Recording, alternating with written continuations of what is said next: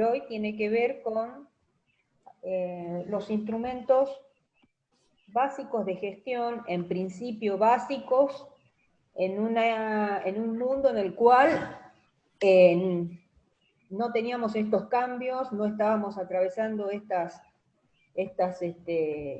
incertidumbre, estos grados de complejidades y demás, son los que habíamos aprendido en algún momento en la enseñanza universitaria. Pero más allá de eso hay otros instrumentos que se están pensando para desarrollar o gestionar una empresa inserta en un mundo complejo y lleno de incertidumbres. Eso lo vamos a ver en el transcurso de esta charla. Bien, para empezar vamos a hacer un breve acerca de la gestión empresarial. Para darle el contexto. Es sabido que ninguna empresa se va a sostener en el tiempo solamente por una inercia o porque alguien, el empresario en este caso, tenga una buena idea, tenga un producto que diga que va a ser revolucionario o que tenga una gran aceptación en el mercado y con un potencial volumen de venta. Porque la inercia esta, si solamente es eso lo que nosotros estamos tratando de llevar adelante, esa inercia va a llegar a un momento en que se termina. Y si eso no tiene un sustento para que continúe y se sostenga en el tiempo, cuando aparecen, por ejemplo, productos de la competencia que pueden hacer fracasar las ventas que yo me estuve planificando, voy a fracasar en el corto plazo. Así que entonces vamos a entender a la gestión empresarial como la capacidad de un individuo, en este caso el empresario, pero puede ser aplicable a cualquier tipo de organización, como la capacidad de observar escenarios dentro de la economía que garantizan una rentabilidad razonable como para generar los bienes y los servicios. Es una herramienta que lo va a orientar para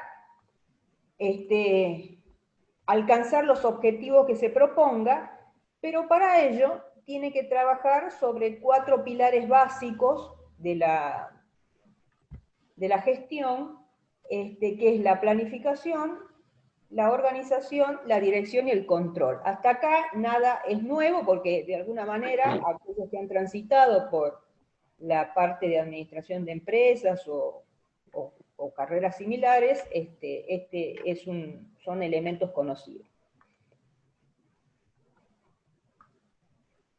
Ahora bien, gestionar no es solamente llevar adelante, planificar, organizar y todos los pasos que vimos anteriormente, sino que también dentro de una organización uno tiene que tratar de que esa gestión se haga de una manera eficiente. Así que para este caso va a ser importante para tener para cumplir ese objetivo de una gestión eficiente, trabajar en 3 aspectos fundamentales y el primero de ellos van a ser los objetivos. ¿Por qué es importante tener claro hacia dónde vamos? O lo que serían los objetivos. ¿Por qué? Porque va a ser mucho más fácil si sabemos a dónde queremos llegar, ya que el resto de todas las otras aspectos en los cuales interviene la dirección empresarial van a basarse precisamente en esos objetivos que se fije la empresa o la organización. Pero sucede que también los objetivos empresariales no son exclusivamente económicos, pueden ser de otro tipo de formas, pueden ser técnicos, pueden ser estratégicos, de vínculos empresariales, es decir, de analizar, plantearme objetivos, por ejemplo, de aquellos stakeholders o grupos de interés o partes interesadas de las cuales la empresa está inmersa en el sistema, de formación de equipos, etc. Además, los objetivos van a determinar la estrategia a seguir y los recursos y los procesos que la empresa va a poner en marcha para alcanzarlos. Así que, entonces, ¿cómo vamos a alcanzar estos objetivos? Bueno,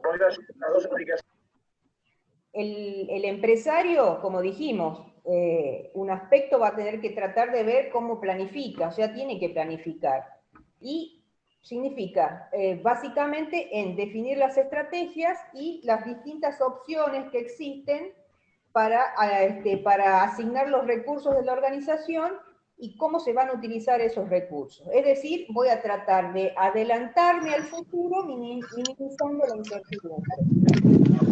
Después voy a tener que hacer una etapa de control, en lo cual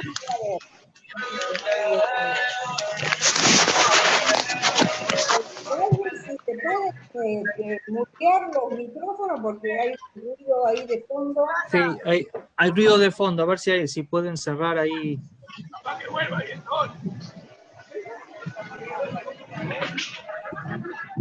La palaza ahí.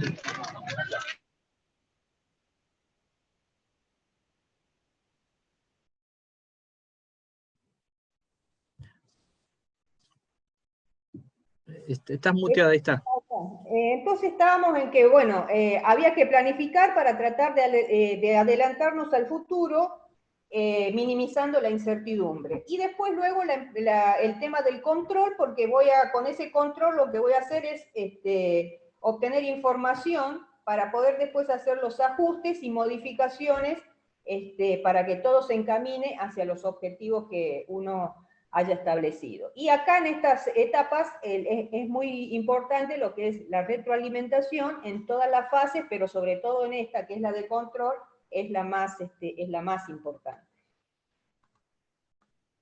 Bueno, y entonces, con todo esto, lo que cuando uno planifica, lo hace sobre la base de estas herramientas, que como el balance de situación, por ejemplo, que uno trata de hacerlo al inicio de cada ejercicio en función de las previsiones de la actividad o del negocio, que son las que después deben ser controladas y corregidas para controlar esas desviaciones. Después uno también realiza una cuenta de resultados, que también la hace al inicio de cada ejercicio, realiza un presupuesto para facilitar la asignación de recursos y responsabilidades, y siempre también es bueno tener informes coyunturales y análisis de tendencia, porque la empresa entendemos que no se la puede analizar de forma aislada, sino que está dentro de un contexto, ¿no? Así que bueno, con todo esto y además entendiendo, si se acuerdan de las charlas anteriores, habíamos hecho hincapié que la macroeconomía, entender las herramientas de la macroeconomía, me facilita a mí gestionar la empresa también de alguna manera. Entonces, ¿por qué? Porque la macroeconomía, como sabemos, se centra en los movimientos de los ciclos económicos que ocurren en el corto plazo. Y estos movimientos de estos ciclos económicos tienen como consecuencia variaciones en el crecimiento económico, la inflación, la recesión, productividad, los déficits y el valor de la moneda. Entonces yo entendiendo cómo funciona la microeconomía, la puedo tomar a estos conceptos macroeconómicos para la gestión de mi empresa y para poder llevar adelante la planificación y todo lo que vimos anteriormente. Y en el largo plazo, yo o el empresario lo que va a tratar de hacer, o debería hacer, es planificar inversiones para saber cuándo hacerlas y cómo financiarlas. Porque yo puedo tener pensado el crecimiento de algún tipo de negocio, o renovar o actualizar algún tipo de activo, pero para eso tengo que saber en qué tiempo lo voy a hacer y cómo lo voy a financiar. También puedo planificar el instrumentar canales de información adecuados a las necesidades de la empresa. De hecho, venimos diciendo que la información es un activo muy importante de las empresas, con lo cual voy a tener que tener pensado cómo y qué tipo de información entra a la empresa, qué tipo sale de la empresa y cómo es el circuito y el recorrido de lo que es la comunicación interna. Luego también podemos planificar en el largo plazo previsiones de necesidades financieras, ya sea porque queremos lanzar nuevos productos o servicios, porque queremos realizar otro tipo de inversiones en otro tipo de activos, porque estamos pensando hacer desarrollar algún área de investigación y desarrollo, o algunos gastos que deriven de la evolución del negocio. Bien, hasta acá era, como les decía, son cosas que venimos manejando, lo conocemos, y que se habían pensado para un mundo que no es que no es el mundo que estamos transitando. ¿Qué pasa hoy? ¿Qué tenemos hoy? Hoy tenemos crisis y situaciones casi al borde del caos. Tenemos la incorporación de las nuevas tecnologías, tenemos incertidumbre, y las relaciones comerciales prácticamente se están haciendo de forma digital. Así que los procesos de planificación son convenientes para horizontes de corto plazo. ¿Por qué? Porque en el largo plazo van a resultar inconvenientes para determinar cuál va a ser el futuro de la empresa, dado que yo no puedo saber cuáles son las condiciones iniciales de las cuales parto. Por lo tanto, para pensar el futuro de la empresa, voy a tener que pensarlo en términos de imaginación, de exploración de los espacios de posibilidades, y para eso voy a utilizar herramientas como el modelamiento, la simulación y los escenarios. Sin ir más lejos, hace 2 días leía un artículo de negocios de España, que decía que se estaban medianas y grandes empresas se estaban incorporando para simular escenarios en el futuro a actores, para actuar, los actores los incorporaban para ver y modelar distintos escenarios en los cuales se podía transitar el negocio. Bien, ¿y esto por qué? Nuevamente, ¿por qué? Porque en los últimos años la administración ha experimentado una nueva dirección, cambios en los sistemas de organización y planificación, así como también la incorporación de tecnologías y de la era digital que hicieron que surjan nuevos conceptos de herramientas para gestionar. Y entre ellos podemos citar, ahora con mayor énfasis van a empezar a aparecer estas herramientas, como el empoderamiento, por ejemplo, o el empowerment, como lo quieran llamar, palabra muy escuchada últimamente, empoderar, ¿sí? Y todos son procesos estratégicos, todas estas herramientas son procesos estratégicos. El empoderar, ¿a quién lo voy a empoderar? Y a los empleados voy a empoderarlo. ¿Por qué? Porque yo le tengo que dar herramientas, le tengo que dar confianza y responsabilidad y compromiso a través del entrenamiento, la capacitación y de un buen liderazgo, para que puedan tomar decisiones ellos mismos en tiempo y forma, y de esa manera también fomentar lo que es la creatividad y la innovación. También se piensa en decir, bueno, mira, ¿qué te parece? Supónganse que yo tengo que modificar o desarrollar otro tipo de competencias que a lo mejor no las tengo muy afloradas, y necesito de alguien que me ayude a ver que a lo mejor yo tengo una habilidad específica que no la descubrí. Y para eso se utiliza, por ejemplo, el coaching, que ayuda a las personas a conseguir objetivos concretos o habilidades específicas, y además promueve el desarrollo cognitivo, emocional y de conducta. Y esto favorece mucho al liderazgo y a la evolución profesional. Con lo cual acá remarco que ya no se está pensando en el conocimiento técnico. Ahora es mucho más importante todo lo que son las habilidades blandas, o todo lo que tiene que ver con el manejo interpersonal. Después acá, fíjense, tenemos digital outsourcing, o tercerización o subcontratación. En este caso digital, ¿por qué? Bueno, porque ahora como estamos todos interconectados, podemos obtener servicios de otros lugares del país o del mundo si quisiéramos, y entraríamos en una colaboración entre pares o profesionales cualificados desde cualquier parte del mundo. El joint venture o asociación estratégica también se da entre dos o más empresas que se unen para realizar una alianza comercial. Y esto se da, por ejemplo, cuando yo quiero pensar en un nuevo negocio, en un I+D, en servicios, y acá se comparten recursos, responsabilidades y riesgos. Esto generalmente, o por lo menos mi experiencia es que se da mucho en los centros de investigación, o sea, con la ciencia y la empresa. Cuando la empresa, que no tiene investigación y desarrollo, pero quiere llevar adelante algo novedoso que le puede proveer este centro de investigación, se asocian y crean una nueva, que generalmente son, pueden ser, por ejemplo, de tipo startup, y ahí es una nueva empresa, pero que comparten los recursos, responsabilidades y riesgos. Y bueno, después tenemos el benchmarking, que significa que es un proceso continuo en donde yo tomo como referencia los mejores aspectos de otras empresas que quiero referenciarme.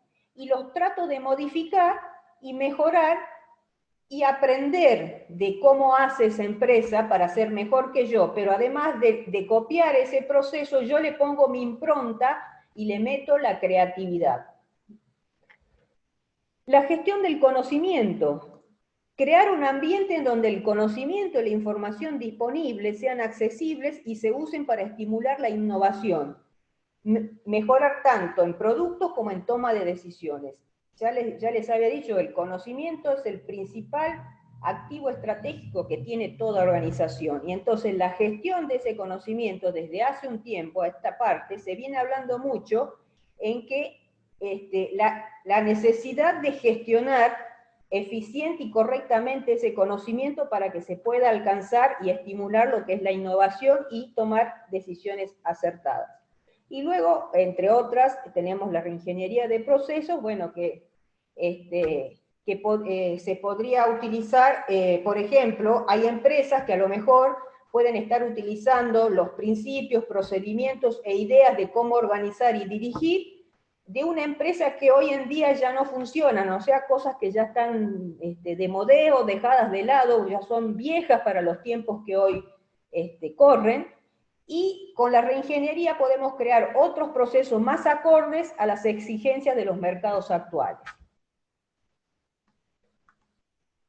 Entonces, la gestión del futuro va a estar conformada por tres palabras: por personas, por estrategia y por tecnología. Que si ustedes ven, todos los procesos o todas las herramientas que vimos en el slide anterior, tienen como eje en común persona, estrategia y tecnología.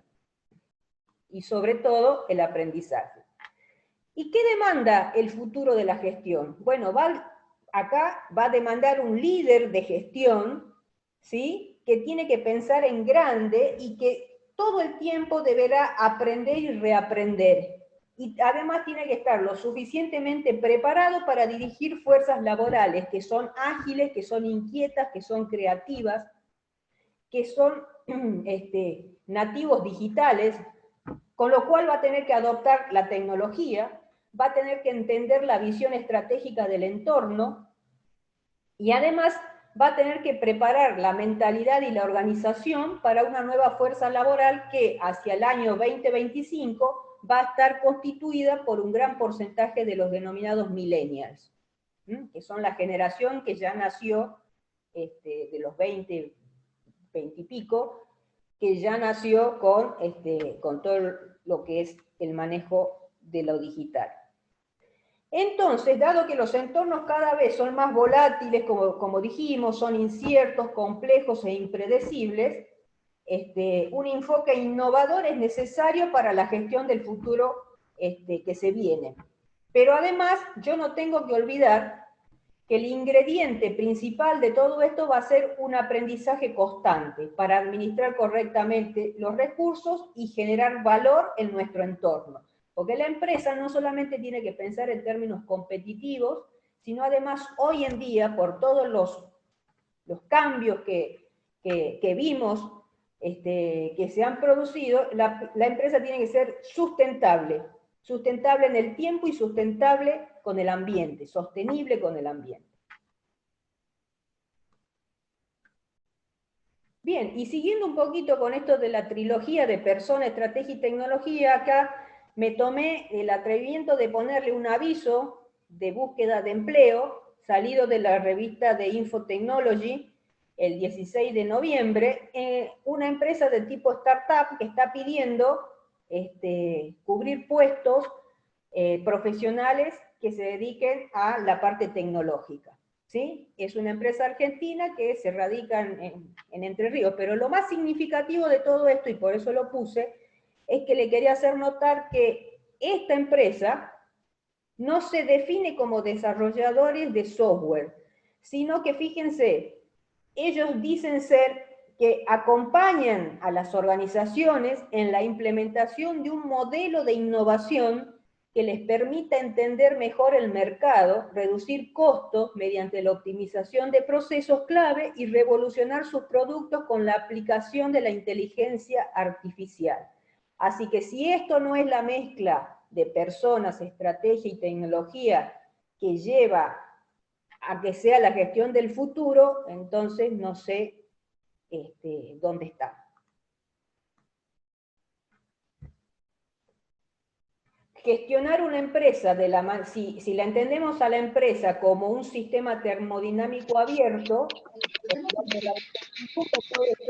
Me sonó la alarma, no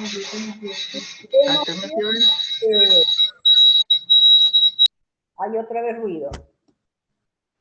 Vemos que esta gestión de estas empresas que son que están inmersas en un sistema complejo, entonces gestionar este tipo de empresas va a demandar mucho diálogo entre los integrantes, sin importar las estructuras jerárquicas. Tienen que ser estructuras planas, con mucha interacción, con muy poca planificación, porque dijimos que no puedo planificar algo que está cambiando permanentemente, y que en lo posible que no haya tanto control, porque eso a mí no me permite ser creativo ni pensar en solucionar problemas de una manera distinta. Bien, entonces, esto que acabo de decirles, implica que las empresas van a tener que ser adaptativas, innovativas e inestables. Para que puedan emerger prácticas como la co-creación con los clientes, o sea, ser más interactivos con los clientes para que ayuden a la solución de problemas, con los competidores y otros grupos de interés. Bueno, si quisiéramos analizar cómo sería una etapa de benchmarking en una organización, bueno, lo podríamos armar de esta manera, que debe estar en todos los libros, la secuencia de cómo sería, en términos teóricos, armar una etapa digamos, implementar un benchmarking. En este caso, bueno, empezamos con una etapa que la llamamos de planificación, que significa, bueno, en principio tengo que tener claro dentro de mi empresa qué quiero medir. Si voy a hacer un benchmarking competitivo, o sea, me voy a referenciar con otra empresa que sea competidora mía en el sector, o voy a hacer un benchmarking dentro de la misma empresa, tomando algún área funcional de la misma, o voy a hacer un benchmarking que se denomina funcional, que tiene que ver con utilizar otra empresa que no necesariamente tiene que estar en el mismo rubro de la mía, pero sí que yo la tomo como referencia porque hace las cosas bien. Entonces tengo que definir qué quiero medir, o sea, qué área de la empresa yo me quiero comparar, para poder tener claro eso. Luego, ¿a quién voy a medir? Bueno, ¿a qué empresas voy a referenciar? Y después, ¿cómo lo voy a hacer? Y el cómo lo voy a hacer tiene que ver con la integración de los equipos de trabajo.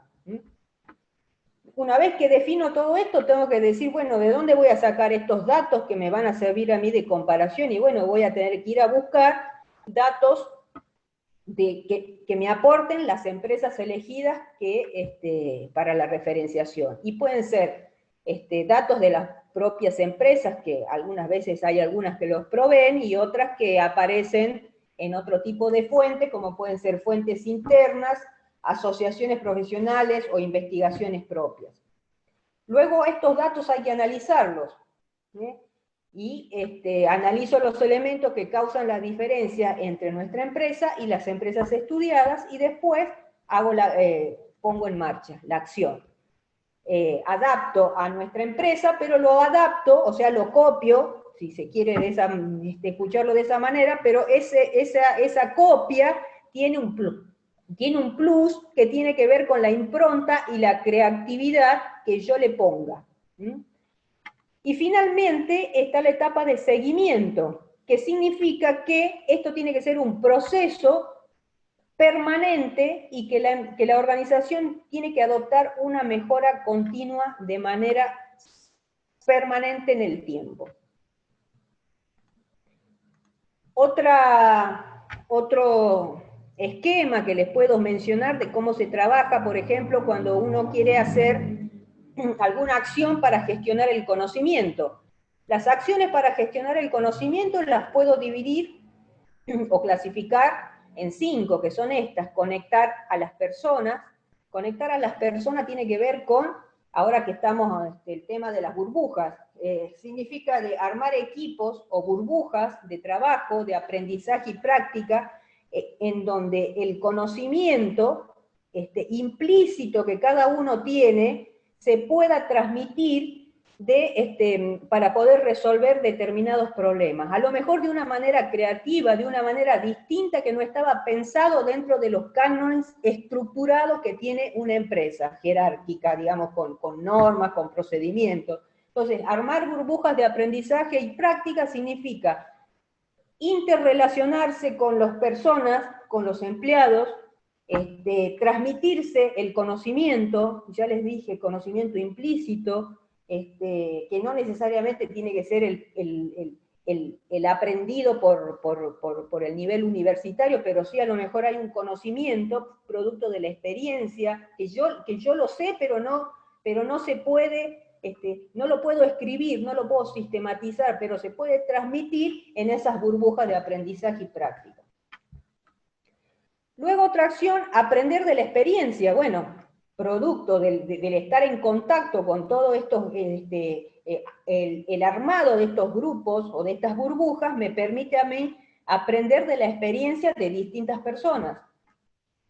Mejorar el acceso a los documentos clave. Les dije que es importante la gestión de la información de la empresa, la gestión de la información de la empresa. La información tiene que fluir internamente en la empresa. Todos los empleados deben conocer información, porque si yo le estoy escatimando información, el empleado no va a tener, no va a estar empoderado, como les había mencionado, como una de las herramientas, no va a tener empoderamiento. ¿Por qué? Porque no tengo información. ¿Qué toma de decisiones puedo yo realizar si no me dicen, me están escondiendo las cosas? Entonces, ¿por qué? Porque esa información tiene que ser apropiarse el individuo, ¿sí? Y además el colectivo, para transformarlo después en conocimiento útil. Y con eso voy a tratar de desarrollar o darle valor a los datos. O sea, cuando yo le agregue valor a los datos, se transforma en información. Y la información apropiada, ¿sí?, en el colectivo se transforma en conocimiento útil. Obviamente, esa información, como es importante, es estratégica, es clave, hay que blindar el conocimiento. Y eso significa, voy a tener que proteger el know-how de la organización. Y estos son las famosas patentes que utilizan algunos algunas organizaciones, el sistema de copyright, cuando uno hace escribe algún artículo, publica algún libro, eso son protección o blindo el conocimiento. Asociar el conocimiento a la mejora e innovación. Bueno, estas acciones de asociar el conocimiento a la mejora e innovación es porque sabemos que la innovación está influenciada por la transformación y combinación de conocimiento de diferentes naturalezas. Un poco lo que les decía acá, producto de esta influencia que se genere en estos grupos o en estas burbujas, va a hacer que se produzca un efecto, ¿sí?, de transformación y combinación de los conocimientos que me provoque innovar. Y finalmente, compartir las buenas prácticas. Bueno, ¿cómo voy a compartir las buenas prácticas? Bueno, se habla de ciencia abierta o de interactuar con observatorios temáticos, foros de debates y otros tipos de eventos en el que se pongan en común los conocimientos entre pares. Y yo exponga un problema y veo cómo se puede resolver desde el conocimiento que yo tengo y de los que tienen los otros pares, a ver cómo se puede resolver esa situación. Y eso provoca o genera estupendas herramientas para mejorar la competitividad.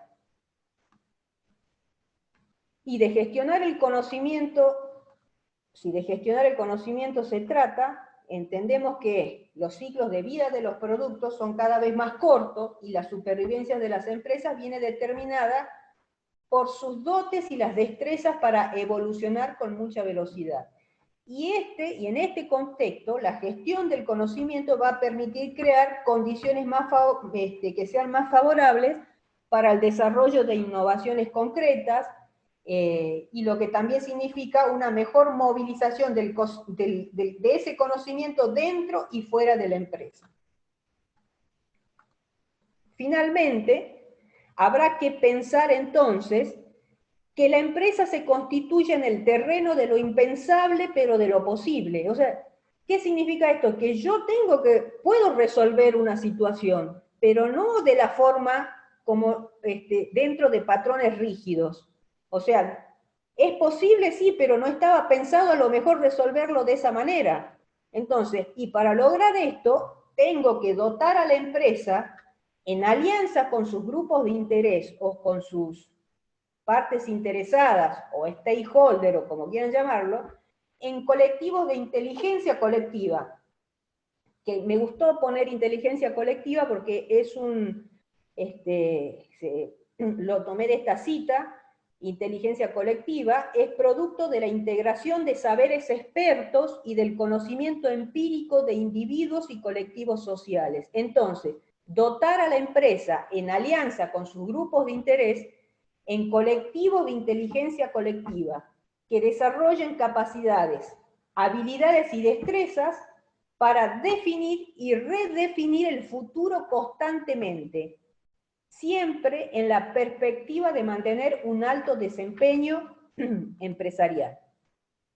Y bueno, esto es básicamente lo que les quería transmitir. Muchas gracias. Ahora sigue... Muchas gracias, Silvia. Rodolfo. Muy interesante y muy en línea, muy actual la propuesta. Te agradecemos la presentación y ahora presentamos a Rodolfo Sanz, al profesor